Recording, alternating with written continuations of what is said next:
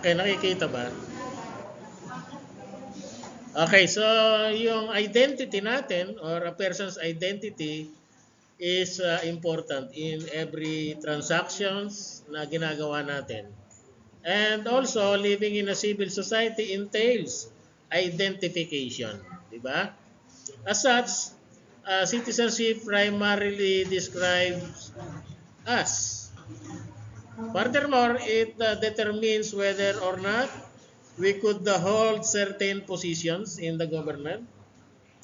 Okay, so we can say that Philippine citizenship is an indispensable requirement in elective posts. As in the case of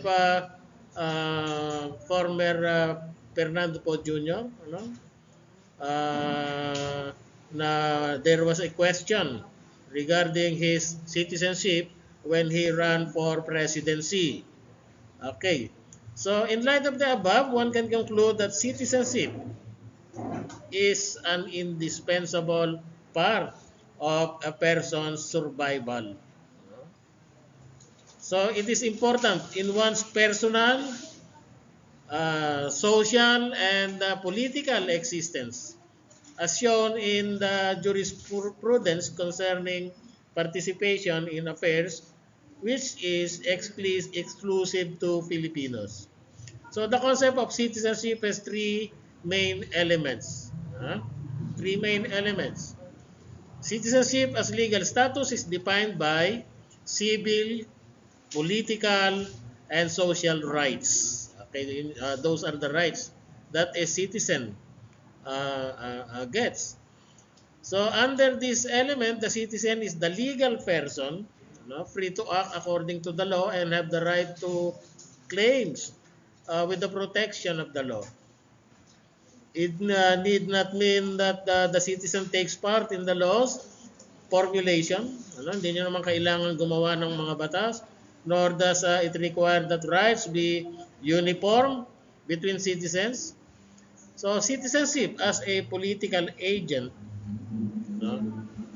defined by actively participating in society, doon sa mga political institutions natin, and citizenship also as membership in a political community that furnishes a distinct source of identity.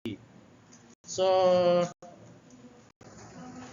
what is citizenship? Ano ba yung citizenship? So it is a term denoting membership of a citizen in a political society.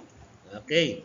So we can say that a citizen is a member of a democratic community who enjoys full civil and political rights.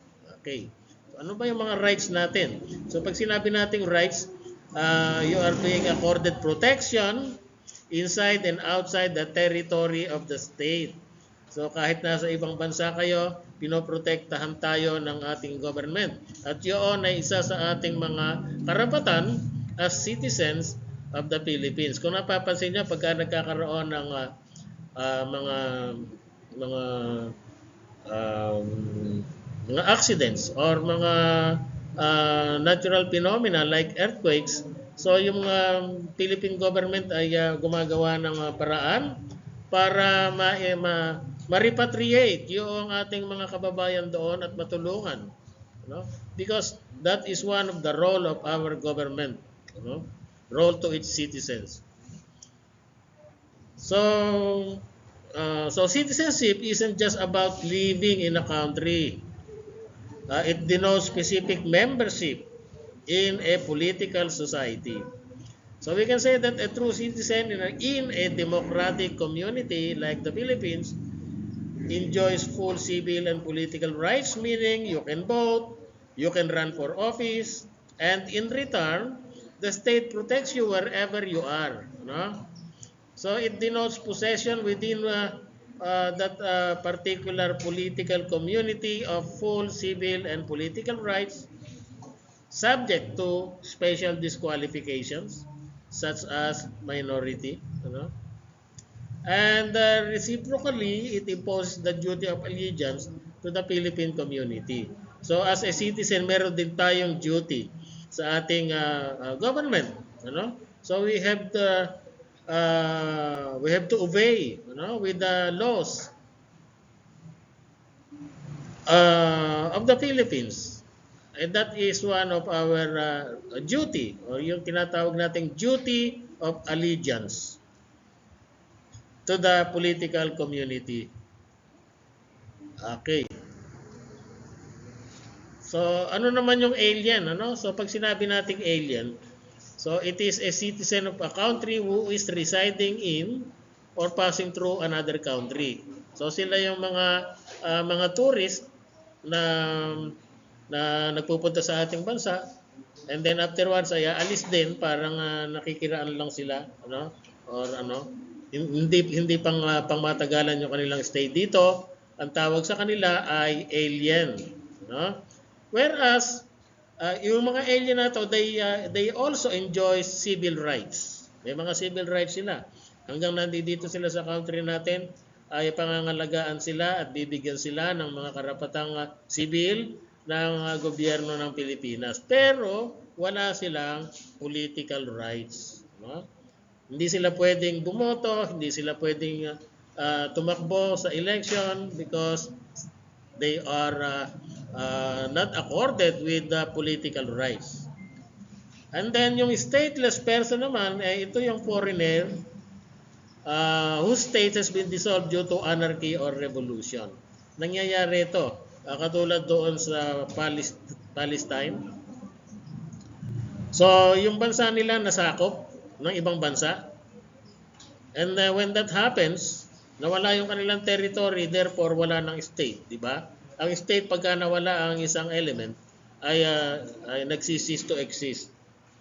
So itong mga Palestinians, nawalan sila ng territory dahil sinakop. So because of that, tinuturing silang stateless person. No? Wala silang state. Pero as a race or as a nation ay okay pa sila. No, kaya lang talagang sila palipat-lipat ng mga lugar, no? Okay. So yun yung mga stateless person. Okay. So ang pagkakahawig ng dalawa na to ay both are subject to our laws while they were here. So pagka andito sila sa Pilipinas, they have to obey the laws of the Philippines. And in return, the Philippines will accord them with the civil rights. So we also need to distinguish citizens from aliens and stateless persons. So ito lang ang difference nito. An alien is a foreigner. Here, they have civil rights like, of course, owning a phone or signing a contract. They can do that. But no political rights. They cannot vote. They cannot run for office. So a stateless person is someone who effectively has no country due to political upheaval but must still obey our laws. Okay. Next, so what is nationality? Parehas ba ito ng citizenship?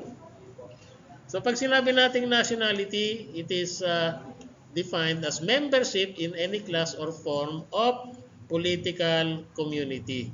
So ang distinction between the two, yung mga nationals may be citizens. Pag national ka, pwede kang maging citizen. Or in a democratic country or sa mga monarchical countries like sa England, for example, ang tawag sa kanila ay subjects. Okay. So, nationality does not necessarily include the right to exercise political rights. No? So, kung kayo ay may nationality ng Pilipino, hindi ibig sabihin ay you can exercise political rights because may pagkakaiba between citizenship and nationality. So while often used interchangeably, na pagpapalit-palit natin ito, they are different. Okay, nationality is the broader term, mas malawak. You can be a national but you cannot but not a citizen. Huh? For example, sa mga monarchical countries, you might be a subject but you cannot be called a citizen. No? So, ibig sabihin, nationality implies belonging, but not necessarily the political power to vote. Wala kayong power to vote. Ganun yung nationality. Nationality. And that's what differentiate nationality from citizenship. So, yung mga Chinese na nagpunta rito at matagal na rito, ay nagiging Filipino national sila. No? Kaya lang, unless na mag-apply sila for citizenship, ito yung tinatawag na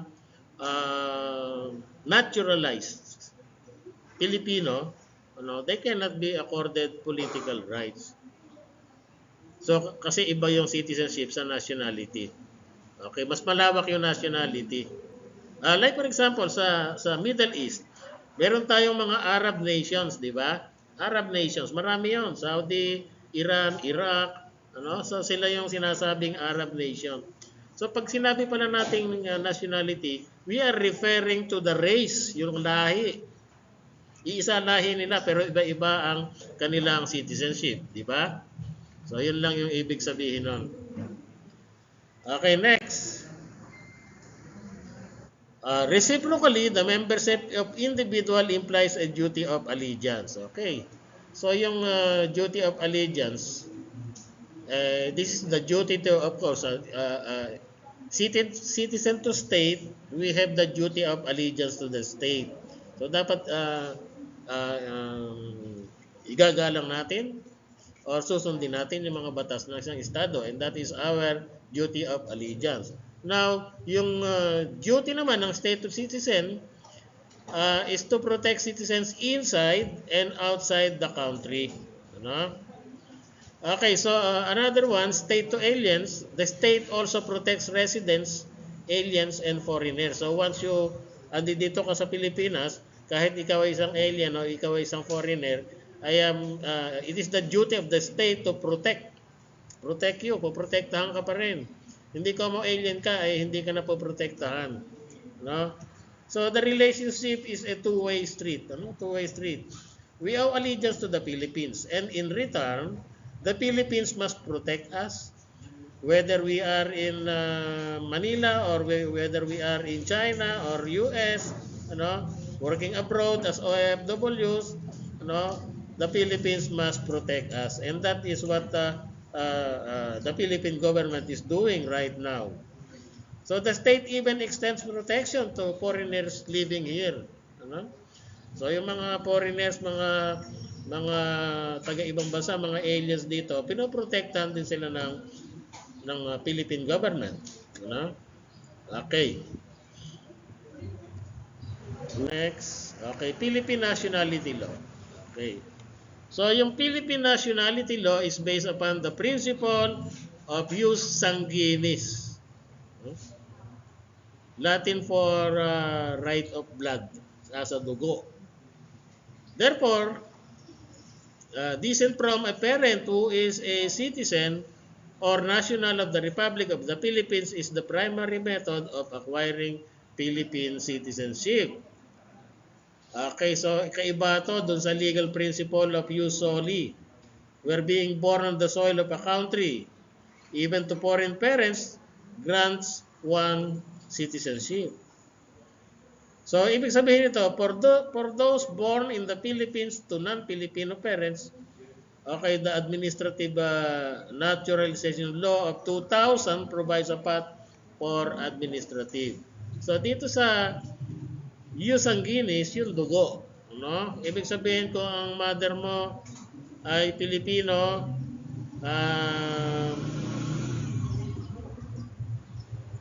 so as a dugo mo nananalaytay yung pagka-Pilipino ng mga parents mo, ikaw ay Filipino citizen. Unlike yung jus soli, kung doon sa jus soli naman, ito ay kung saan ka pinanganak.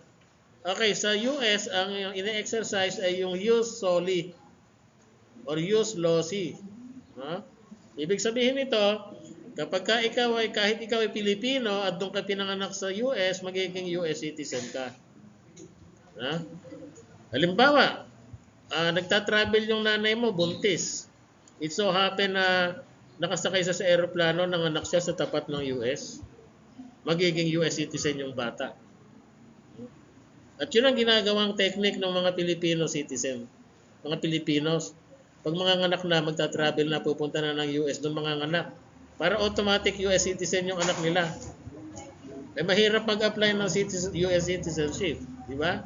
Abutin kayo ng 10 taon bago kayo makakuha ng green card. So ganun yung mga mayayaman. Ano? Okay, so yun yung ating Philippine Nationality Law.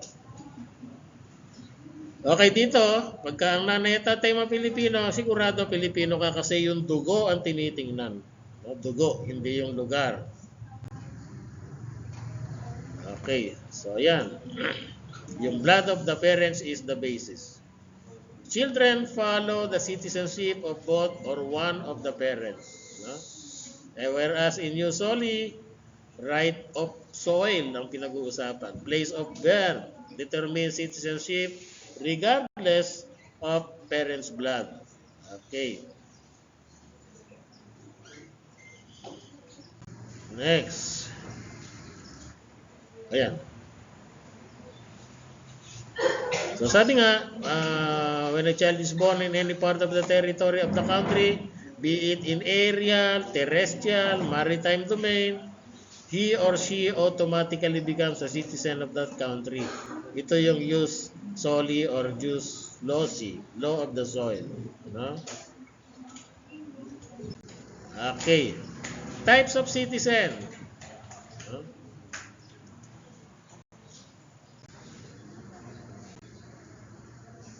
Oops.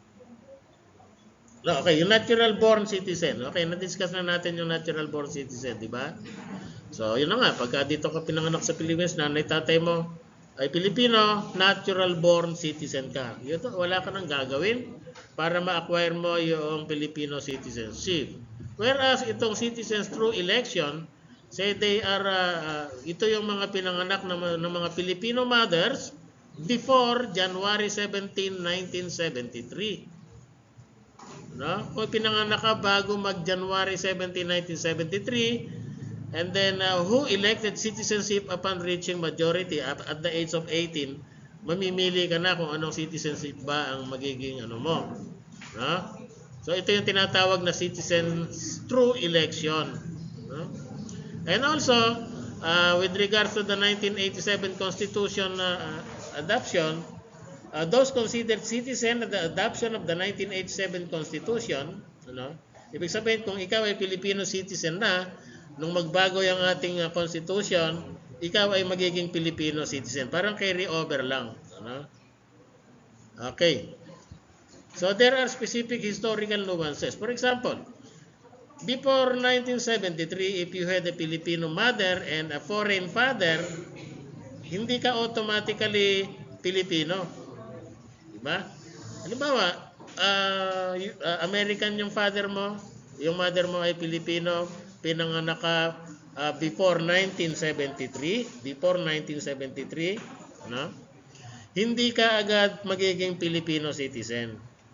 So hihintayin yung maging 18 years old ka at doon ka palang pipili kung ano ba ang magiging citizenship mo. Pwede mong piliin yung citizenship ng father mo, no? Or pwede mong piliin yung citizenship ng mother mo. Yun yung isa sa mga tinatawag nating ways kung in acquiring citizens through election. You have to elect citizenship at the age of 18. So those who did so are considered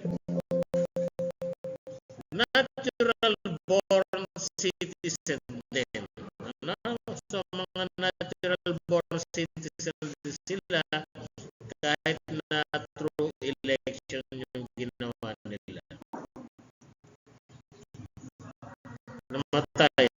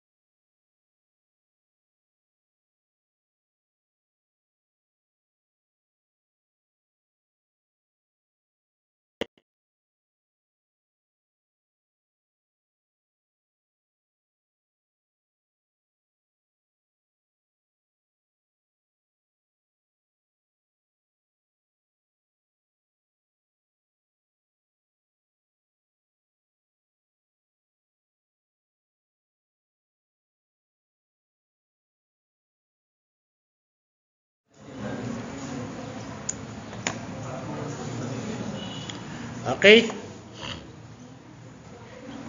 Next.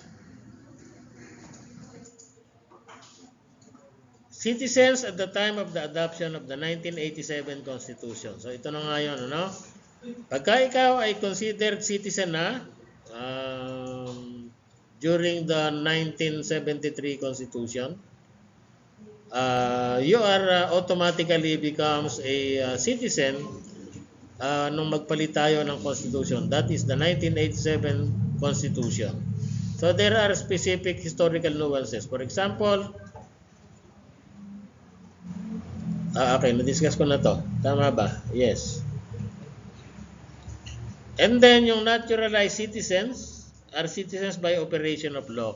So ito yung mga aliens or mga foreigners na nag-apply ng citizenship dito sa ating bansa. No? So therefore they have to present all the requirements needed, all the procedures needed para sa naturalization law ng Pilipinas. Okay?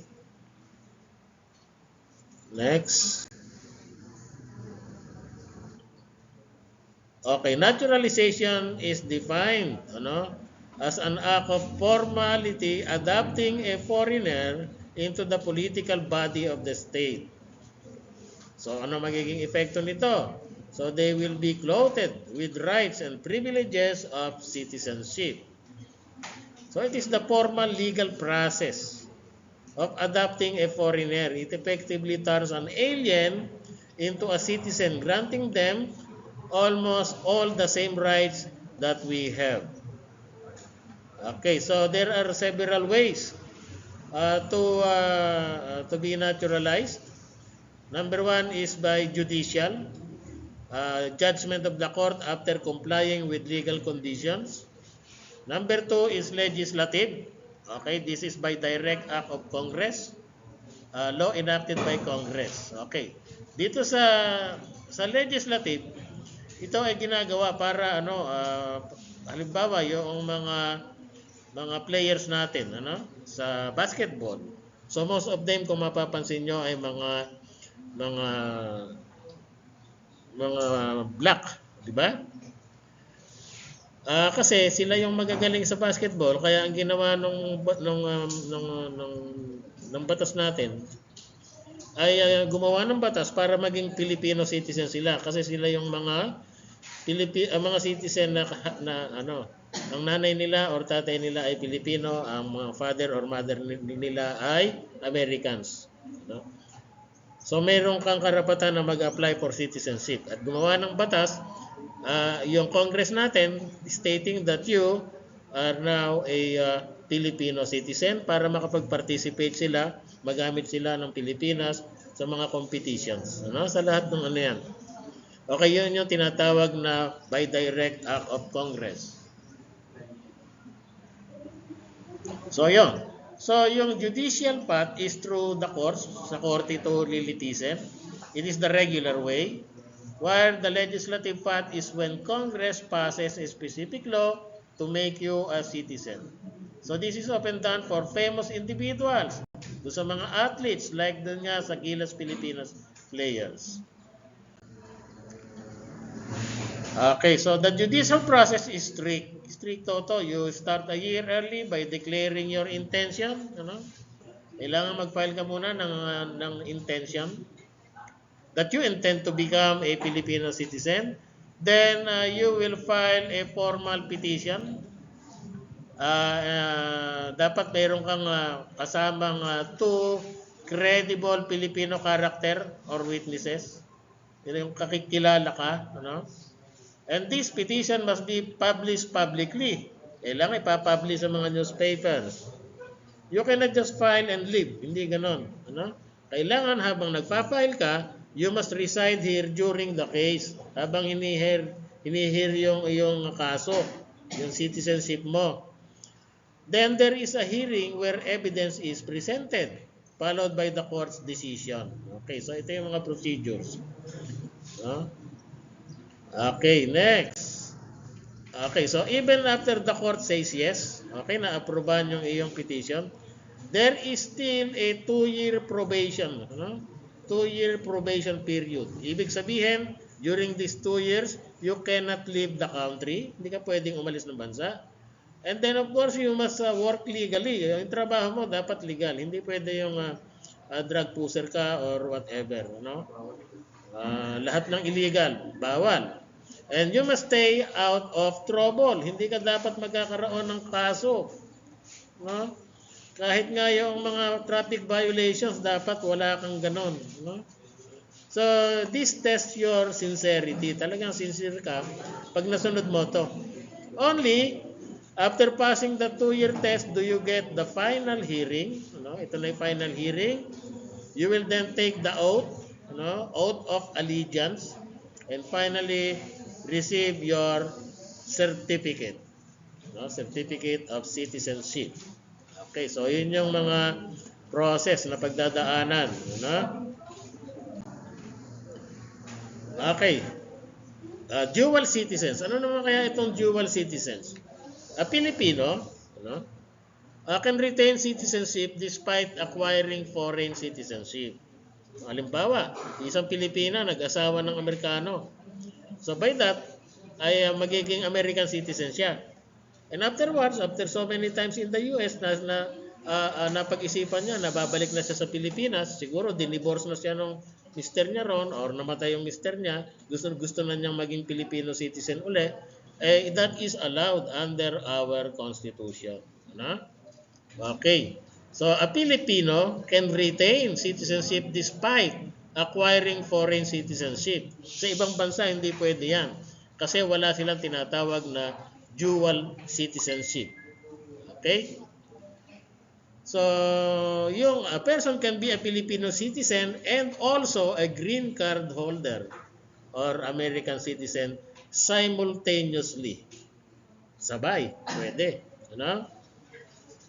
Okay, so thanks to modern laws, ito yung RA 9225. Acquiring a foreign passport doesn't automatically mean losing your Filipino identity. You can be a dual citizen enjoying rights in both countries. Okay?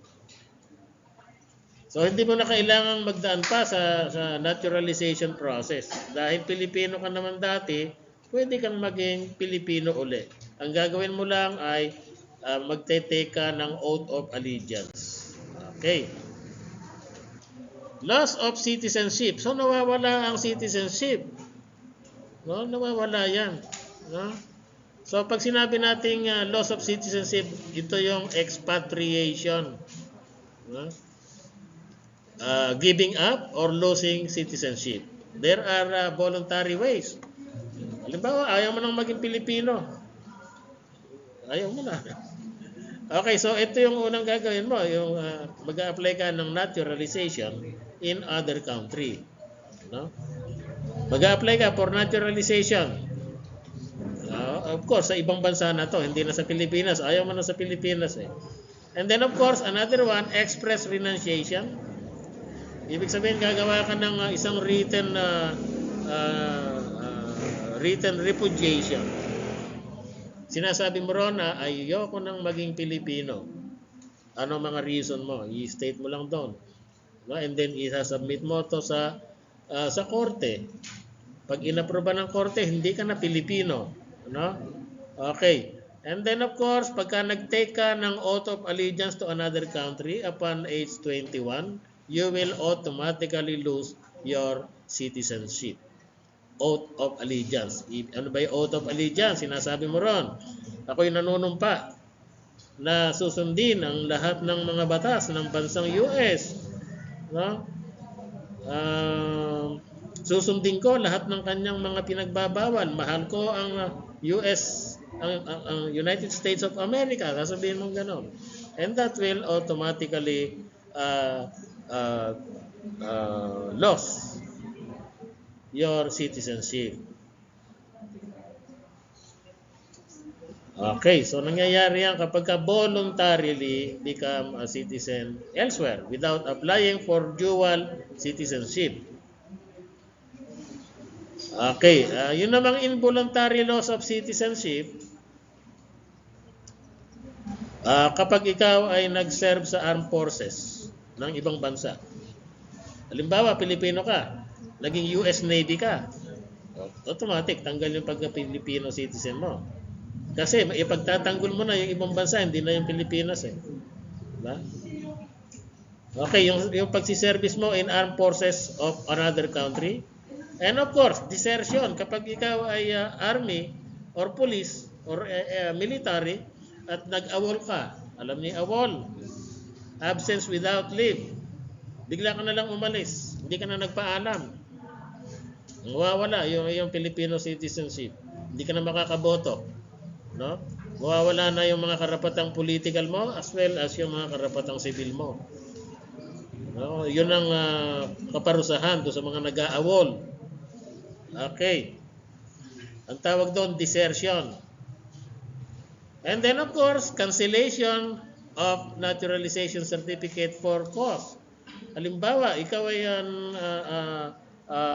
naging fugitive, katulad ni Zaldico.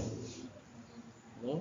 Ayaw na niyang nagtatago siya sa batas. Umalis siya ng automatic mawawala yung kanyang Filipino citizenship. Okay. So, yun yung mga grounds for losing citizenship and acquiring citizenship. Losing citizenship. Okay. Ito yun. Declaration by a competent authority or being deserter from the armed forces of the country. Na-cancel yung certificate of naturalization mo. Halimbawa, ikaw ay American citizen, nagtira ka rito sa Pilipinas, naging Filipino citizen ka. Kakansilin yung iyong dahil may ginawa kang katarantaduhan. No? Nagnakaw ka sa gobyerno. Okay, so ganun yun. Makakancel yung certificate of naturalization mo, i-deport ka. And of course, by subscribing to an oath of allegiance to support the Constitution and laws of another country upon attaining the age of 21. Okay, nanumpa ka. Nasusundin mo na yung ibang bansa, mga batas ng ibang bansa. Okay, so that those are the ways in which citizenship is lost, also known as expatriation. Next, reacquisition of lost citizenship. Pagka nawala na yung citizenship mo, mari-reacquire mo naman ito. Ang tawag naman dito ay repatriation. So, number 1, para ma-acquire mo uli yung citizenship is by naturalization. Okay. You are giving up foreign citizenship and applying for Philippine naturalization. Dadaan ka sa proseso uli. Mahirap to. Pagdadaanan mo yung naturalization process. Matagal. Years ang aabutin. And then, number 2 is by repatriation. That is taking an oath of allegiance to the state. Ito yung yung dual citizenship natin. Madali na lang ngayon kung ikaw ay dating Pilipino, naging American citizen ka, bumalik ka sa Pilipinas, gusto mong ma-reacquire yung Filipino citizenship, all you have to do is to go to a court and take an oath of allegiance. Manunumpa ka lang, Pilipino ka na ulit. And then also by legislation, this is the direct act of Congress. Gagawa ng batas yung Congress, sinasabi rin sa batas na ikaw ay magiging Filipino citizen na. Okay? So, nangyayari nga ito doon sa ating mga athletes, di ba? So, yun. So, if you lose your citizenship, you can get it back. And this is called repatriation. The most common way today for former Filipinos is simply taking the oath of allegiance again. Okay. Next. Role of government. Promotion of general welfare. Okay. So ano ba itong general welfare? Paano ba ang mapapangalagaan ng gobyerno ang ating welfare? Okay. So this by means of infrastructure. Diba? Para mapangalagaan yung safety natin, gumagawa sila ng mga pamamaraan. Like for example, itong mga flood control projects na to. Yung mga road widening projects, Okay, so that is one of the role of government para maging maayos yung pamumuhay ng mga citizen niya. no? Yung health. Okay, so may mga health programs tayo ngayon, yung PhilHealth, no? Lahat 'yon ay ginagawa ng government because ito yung role ng government. In education, yung pre-education natin ngayon, nagpapatayo ng mga elementary schools, mga eskwelahan, ano? And then yung tertiary education subsidy, yung TES, ano? And of course, yung economic progress. Okay. And then also, aside from promotion of general welfare, mayroon din tinatawag na promotion of individual welfare. So that this is by providing a favorable environment, are you listening? For self-improvement.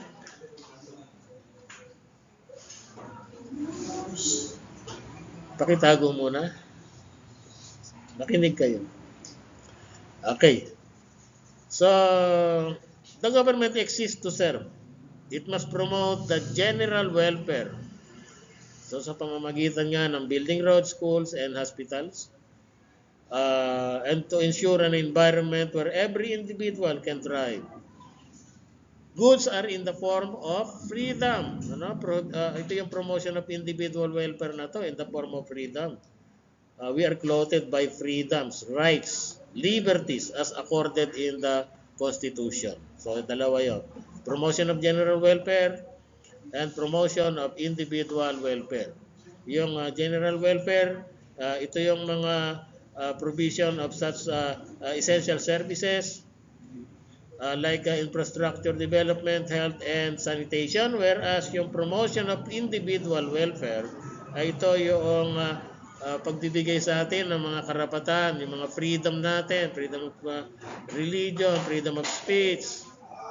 Okay, so ito yung tinatawag na individual welfare.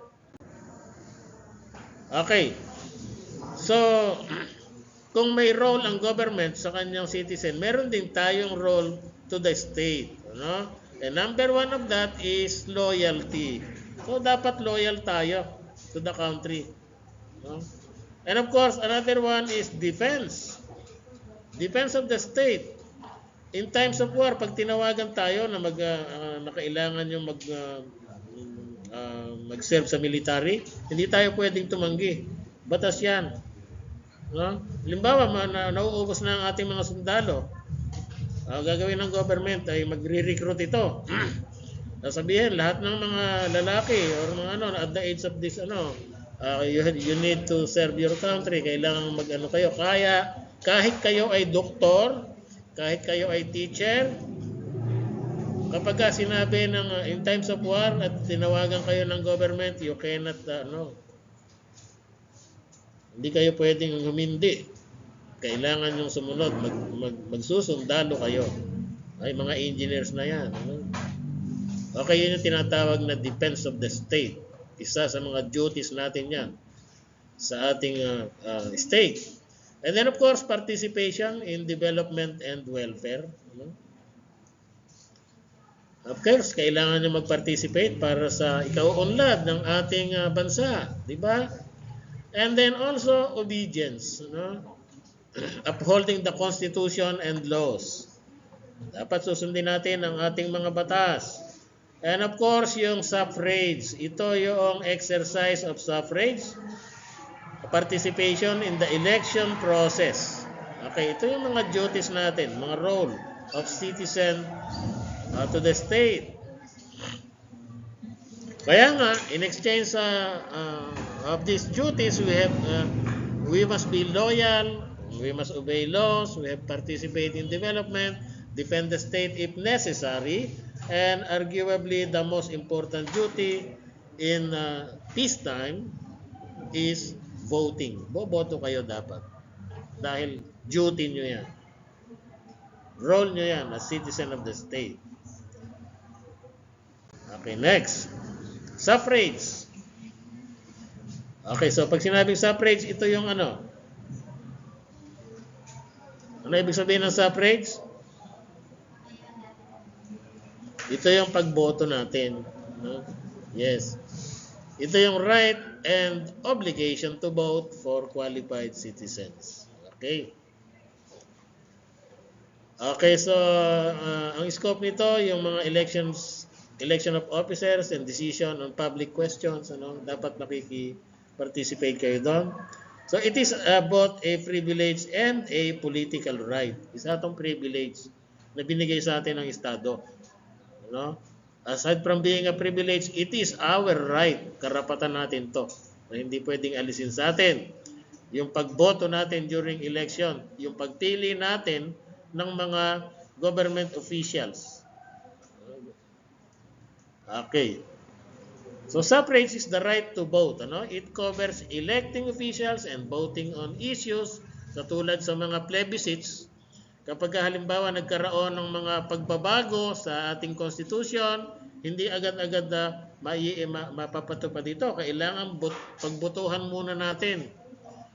Lahat tayo ay boboto, yes or no. Ano? Yun yung tinatawag na plebiscite. Kapag naman isang batas lang na ginawa ng Congress, ang tawag naman doon ay referendum.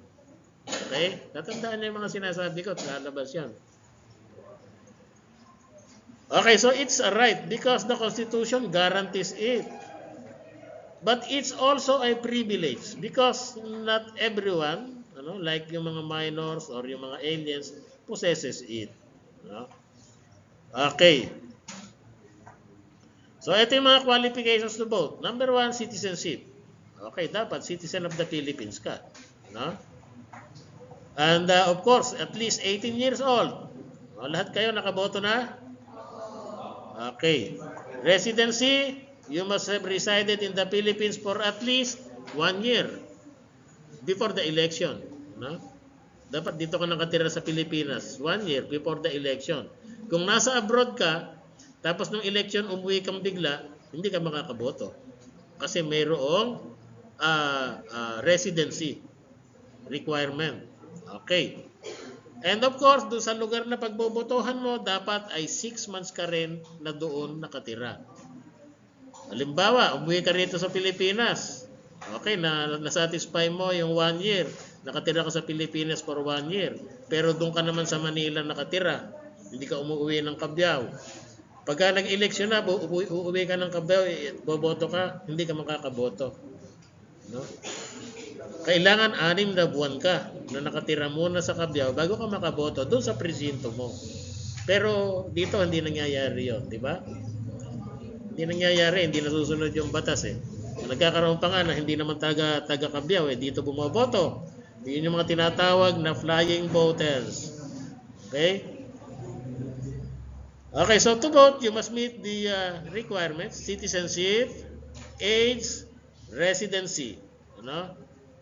And of course, may mga additional qualification. Okay, there was a time na yung literacy ay ginagamit nila as requirement.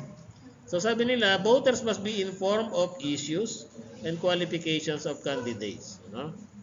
So while literacy is mentioned as a practical necessity for informed voting, the Constitution states that no literacy requirement shall be imposed. So kahit ikaw ay hindi nakapag-aral, hindi ka marunong bumasa at sumulat, makakaboto ka. Yun ang nasa batas ng Constitution natin. Sa mga Constitution ng ibang bansa, hindi. Kailangan marunong kang bumasa at sumulat at dapat alam mo yung mga issues na nangyayari. Pero dito sa Pilipinas, no literacy requirement shall be imposed. So, paano bumoboto yung mga hindi nakakabasa at nakakasulat? May kasama. Yes, may kasama sila. Okay.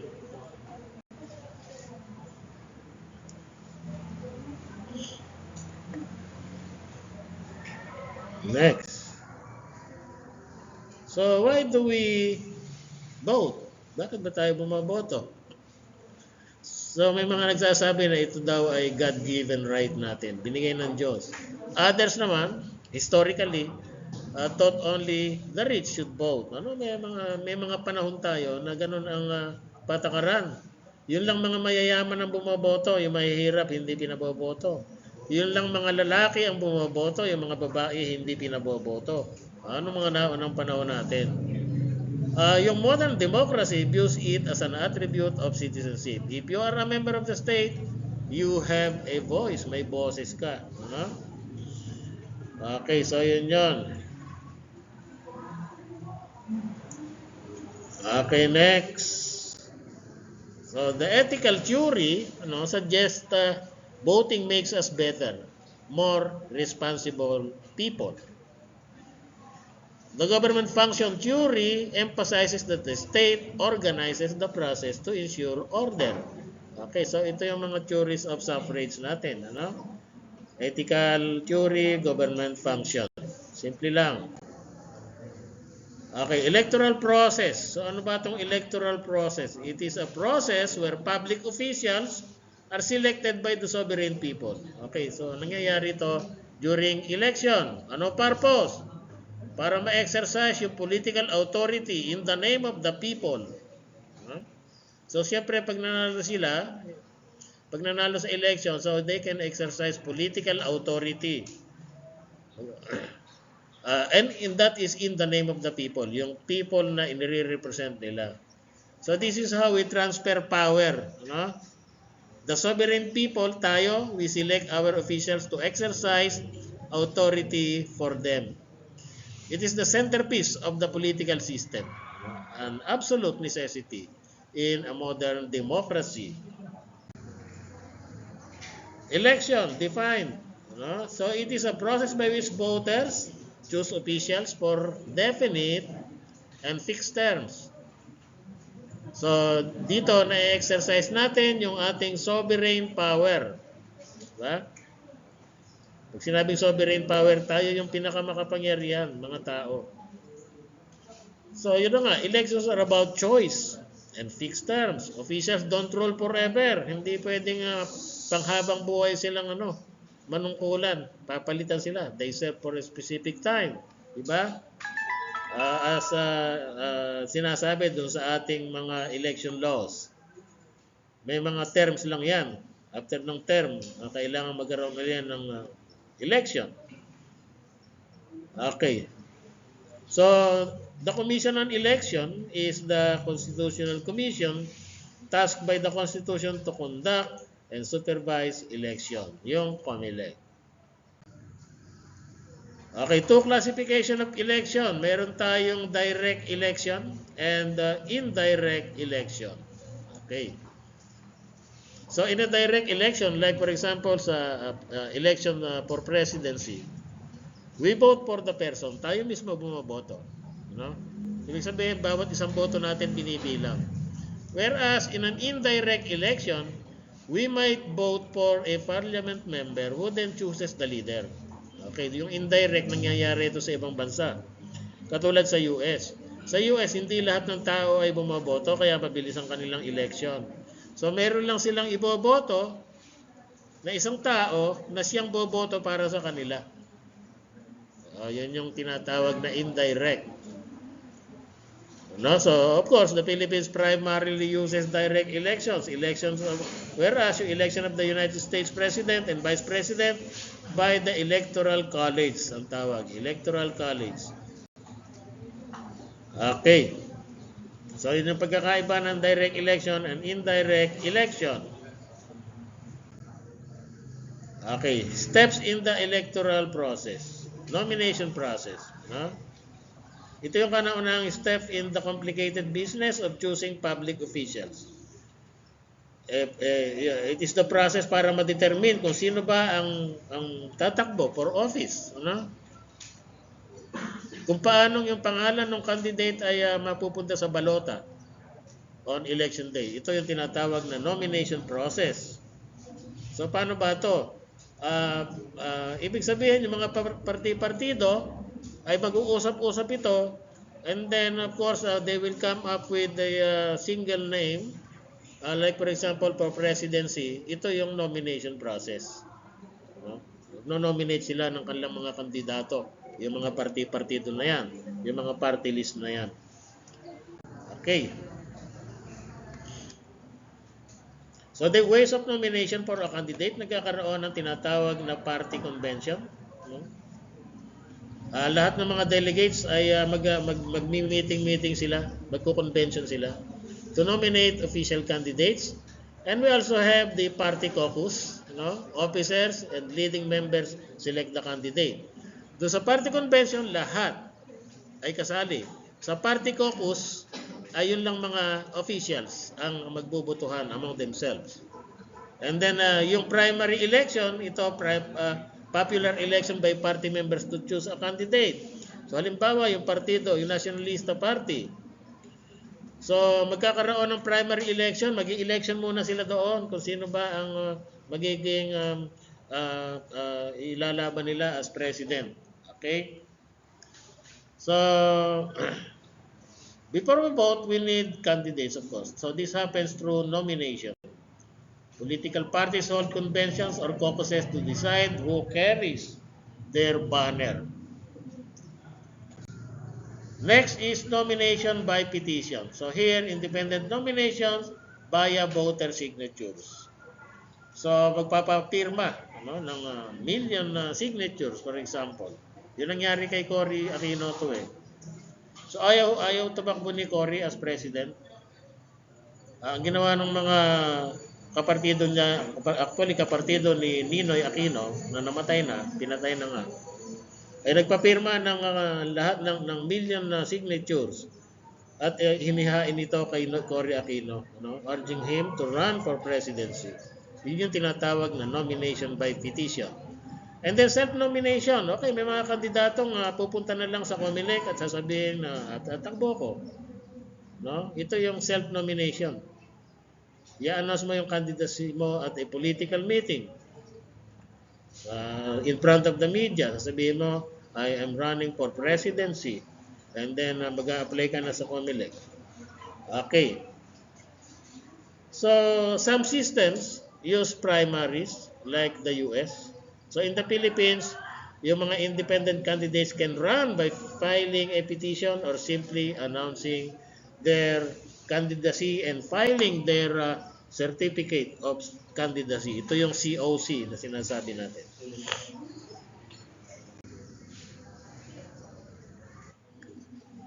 Okay, so of course, the COMELEC is the authorized body responsible for the preparation of the list of voters.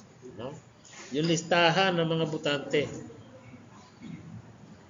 Okay, so and that is to prevent fraudulent voting. Hindi pwedeng hindi naman rehistrado ay nakakaboto.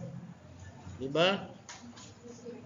So, napaka-crucial ng registration. Dito na nga nangyayari yung mga flying voters.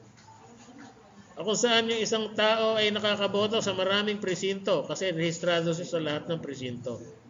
Okay? So, ibig sabihin, sa pamamagitan ng registration, it ensures only qualified people vote and that they only vote once. Minsan lang silang boboto. Ito yung tinatawag na list of voters. Okay. And then the election day balloting. So of course, this is the date where electorate goes to polls. Dito na tayo maboboto. The most crucial phase in the electoral process. Okay.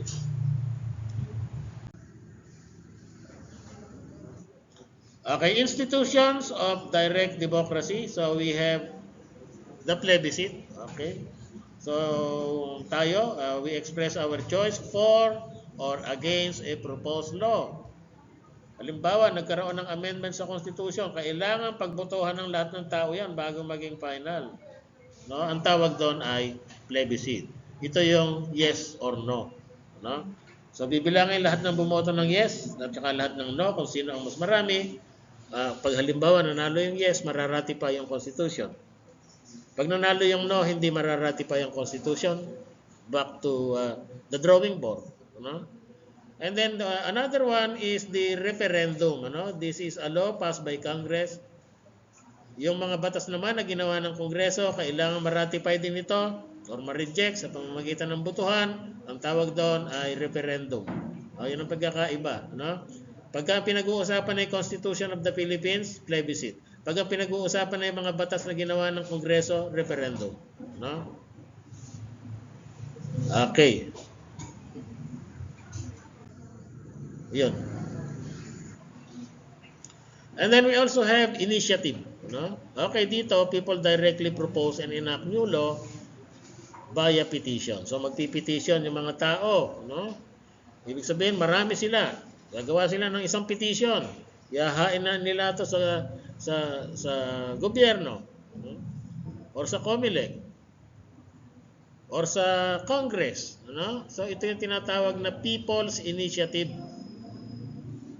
Kung saan yung mga tao, they directly propose and enact new laws via petition. Pag na-approvean yung petition, then kung ano may pinipetition nila, it will become a law. Yun yung People's Initiative. Okay. And then we also have recall. Ano ibig sabihin ng recall? Kapag yung na-elect na official ay nakaupo na, at pagkatapos ay tinanggal siya sa pwesto, no? Dahil merong irregularities, mayroon siyang mali, or hindi qualified dapat na humabol sa position, ang tawag doon ay recall. No?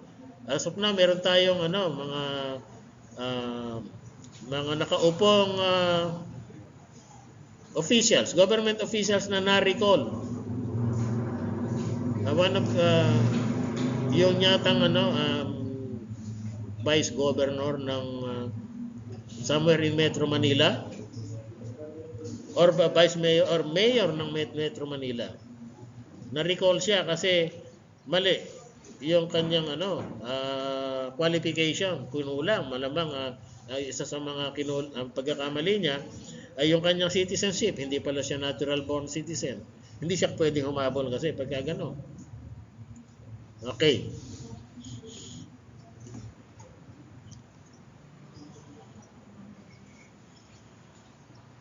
Okay, next.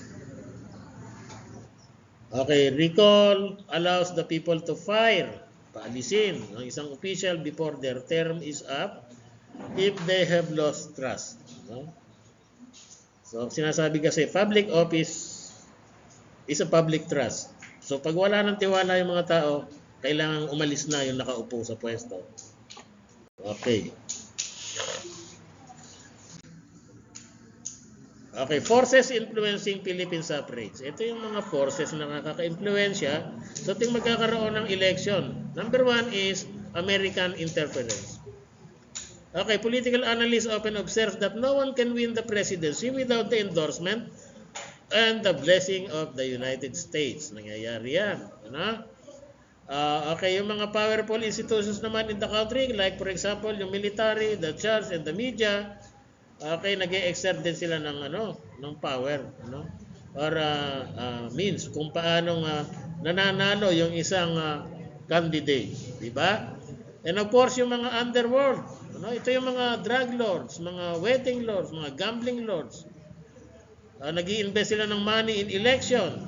Binibigyan nila ng campaign na money yung mga mahabol to ensure that the winners can become protectors of their illegal trade. O katulad yung ginawa sa ngayon doon sa flood control projects. May mga construction firm na nag-donate ng millions doon sa candidate. Para nga naman noon, pag nanalo yung candidate na yon, mako-corner nila yung mga government infrastructure projects na by the millions kung ang pondo. Diba? O katulad yung sinasabi about kay Chis Escudero, dating Senate President na natanggal, kasi nagkaroon nga ng kaso. Merong isang construction firm na nag-donate ng campaign money niya during the election. Ang problema, hindi niya dineclare. Ayun, violation ka agad yun. Okay, so yun ay underworld. Kung yung mga illegal trade. Diba? And okay, another one ay yung mga political party natin. Okay, so may mga tinatawag tayong political butterflies na nagpapapalit-palit ng partido very often. And that is to corner funds for their candidacy. No? Okay, pag napansin nila na mukhang hindi sila mapipili ng partido nila, lilipat sila ng ibang partido para sila ang mapili para humabol. And ang purpose is, of course, pagka humabol ka, suportado ka ng partido mo, may pondo ka na hindi naman nila ginagasta, binubulsa. And of course, yun nga, yung mga donations, donations na milyon-milyon ang halaga. And then of course, we have the big businessman. Ito yung mga nagko-contribute sa mga campaign funds for politicians to ensure that the new government would be friendly to their economic interests. Kasama rin yung mga warlords in the provinces. Ito yung mga nananakot. Kapag hindi nyo binoto yung aming mayor, babalikan namin kayo. Pag natalo. Ayan, yung mga warlords ito. Katulad yung mga ampatuans in Maguindanao. May mga private army sila na nananakot during election. Okay. So, ayan, nakaka-epekto sa Philippine suffrage yan. So, yun. So, lahat sila, they were able to deliver votes allegedly through cheating, pandaraya, violence, intimidation. Okay. Okay, so suffrage as a privilege and a political right. So, suffrage is both a privilege, isa itong pribileyo, isa itong political right granted by the Constitution. So, since it is not a natural right but a privilege, one may or may not exercise this right. Okay lang kung ayaw niyong bumoto, boycott kayo Karapatan pa rin yun, di ba? Halimbawa, may naglalaban na dalawang for president. Alam niyo naman parehong kurap yung naglalaban kahit sino iboto niyo. Hindi na lang kayo bumoto. That is your right. Karapatan niyo pa rin yun. That is your, actually, yung pagboto is a privilege. Pribileyo binigay ng gobyerno. So, you may or may not exercise this right. Pwede kayong hindi bumoto. Hindi naman kayo makukulong. Wag lang dalawang sunod na election na hindi kayo boboto, matatanggal kayo sa list of voters. Magre-rehistro na naman kayo. Okay, so yun yung ibig sabihin. Suffrage as a privilege and political rights. Qualifications for the exercise of suffrage. Siyempre, ito yung mga qualifications natin. Dapat citizen of the Philippines ka at hindi ka disqualified by law. Pwedeng naturalized citizen, pwedeng natural born citizen, makakaboto ka. Pero hindi ka pwedeng humabol sa mga key government position kung ikaw ay hindi natural born citizen. And dapat 18 years old ka. Hindi pwedeng bumoto yung minor de edad. At nakatira ka sa Pilipinas for at least 1 year before the election and who are in the place where they propose to vote for at least 6 months before the election. Okay. Juries of suffrage. Suffrage is an attribute of citizenship. Only citizen of the state had the right to exercise suffrage. Suffrage is a vested interest. Suffrage was premised on the economic status of the voter. So, ito, hindi natin ina-exercise ito. May mga panahon na yun lang mga may ari-arian ang pwedeng bumoto. Yung mga mahihirap, hindi kayo makakaboto. Sa ibang bansa, ganun. And then also, another theory, suffrage is an abstract or natural right. It is an inherent right. Ibig sabihin, pinanganak pa lang kayo, karapatan nyo na ang bumoto. Binigay ito ng Diyos sa atin.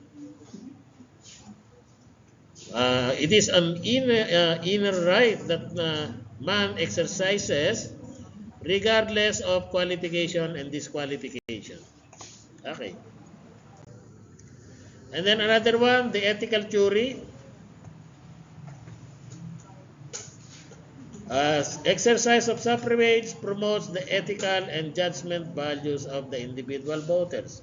Okay, so napopromote daw yung ating ethical or yung pag-uugali natin. And of course, yung judgment natin, pagdidesisyon sa mga bagay-bagay. No?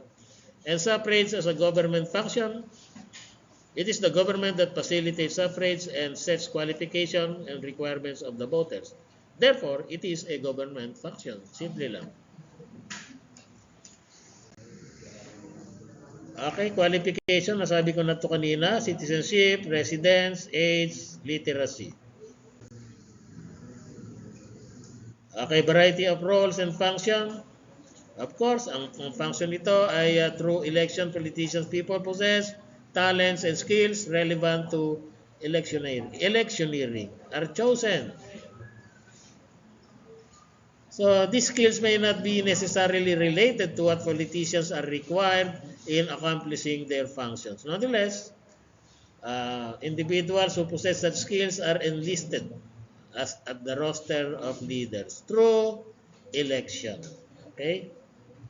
So dito sa Pilipinas, as in any other democratic countries that hold the election, government officials are recruited by means of election. Apart from those who serve in the government under the civil service, yung mga politicians natin are chosen to work in and for the government by means of election lang. Okay. Of course, yung mga appointees ng exempted doon. Hindi sila kasali sa election. Yung mga ina-appoint ng president, mga cabinet secretaries, no? And of course, yung mga nagdaan sa pamamagitan ng Civil Service Commission, no? At na-aproban para makapagtrabaho sa mga government offices.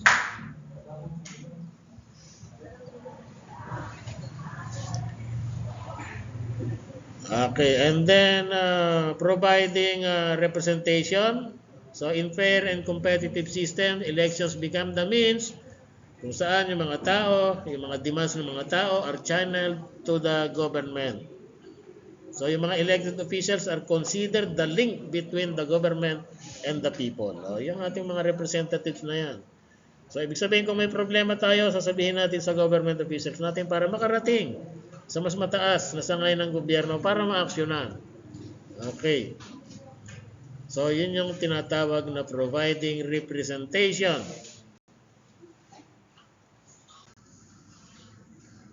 Okay, influencing policy.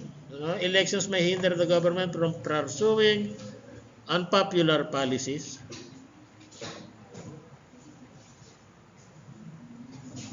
Elections may hinder the government from pursuing unpopular policies. Okay. So, nangyayari ito at times, kapag may isang single issue, when a single issue dominates the electoral campaign, elections may directly influence policy. Elections are considered as a venue by which people can choose officials based on policy choices. However, in the Philippine political system, it is considered as personality-based more than program or policy-oriented. Pag artista ka, sigurado panalo ka na. Diba? Katulad si Robin Padilla, number 1. No, number 1 siya, pero ngayon wala namang, hindi naman makapagsalita sa Senado. Katatango lang sa Senado. Nako. Walang ginagawa. Magpo-propose ng batas pero palpak naman. Pinagtatawanan ng ibang mga senador. Okay, so marami sa atin, mga gobernador, mga mayor, na mga artista, personality ang tinitingnan, hindi policy, hindi yung plataforma nila, hindi yung kakayahan talaga, And then also educating voters, of course, through election na provide yung electorate with abundant information during campaign period. Okay, natututo ang mga tao kasi yung mga nangangampanya na yan, magsasabi ng mga issue, gagawin ko to, gagawin niya yon. Ito problema ngayon. Siyempre, malalaman na ng mga tao kung ano ba talaga ang mga problema at kung ano ba ang gagawin nitong kandidato nato kapag siya ay naupo. Nai-inform tayo, nai-educate yung mga voters. And also, building legitimacy. Okay. Elections provide justification for a system of rule and thus help in fostering legitimacy. It mobilizes active consent by encouraging citizens to participate in politics through election. So, in the Philippines, as in elsewhere, officials who are given seats in the government are considered holders of legitimate power as the people elected them. And also strengthening elites. While election can encourage people to participate in politics and link people to the government, elections can also be a vehicle through which the political elites can manipulate and control the masses. So this function is very much evident in the Philippines. Simula pa nung ma-establish yung ating mga democratic institutions after 1986 and even the periods before that. Ang nangyayari, yung mga mayayaman, they occupy the halls of government, displacing the ordinary people from participating as candidates. Okay, so itong mga circumstances na to can be attributed to the fact that elections are a costly undertaking. Kung mahirap ka, hindi ka pwedeng humabol. Pera-pera lang yan. Pag mayaman ka, milyonaryo ka, yan, pwede. Kasi gano'n ang mga Pilipino. Kung sino yung namimigay ng pera, siyang binoboto. Yung mga karapat-dapat, mga matatalino sana, magagaling na public servant, hindi na humahabol, wala silang pera eh. Yes. So given this, yung mga public offices seems to have been reserved lang to those who have economic power, reserved for the rich and the greedy. Di ba? Okay.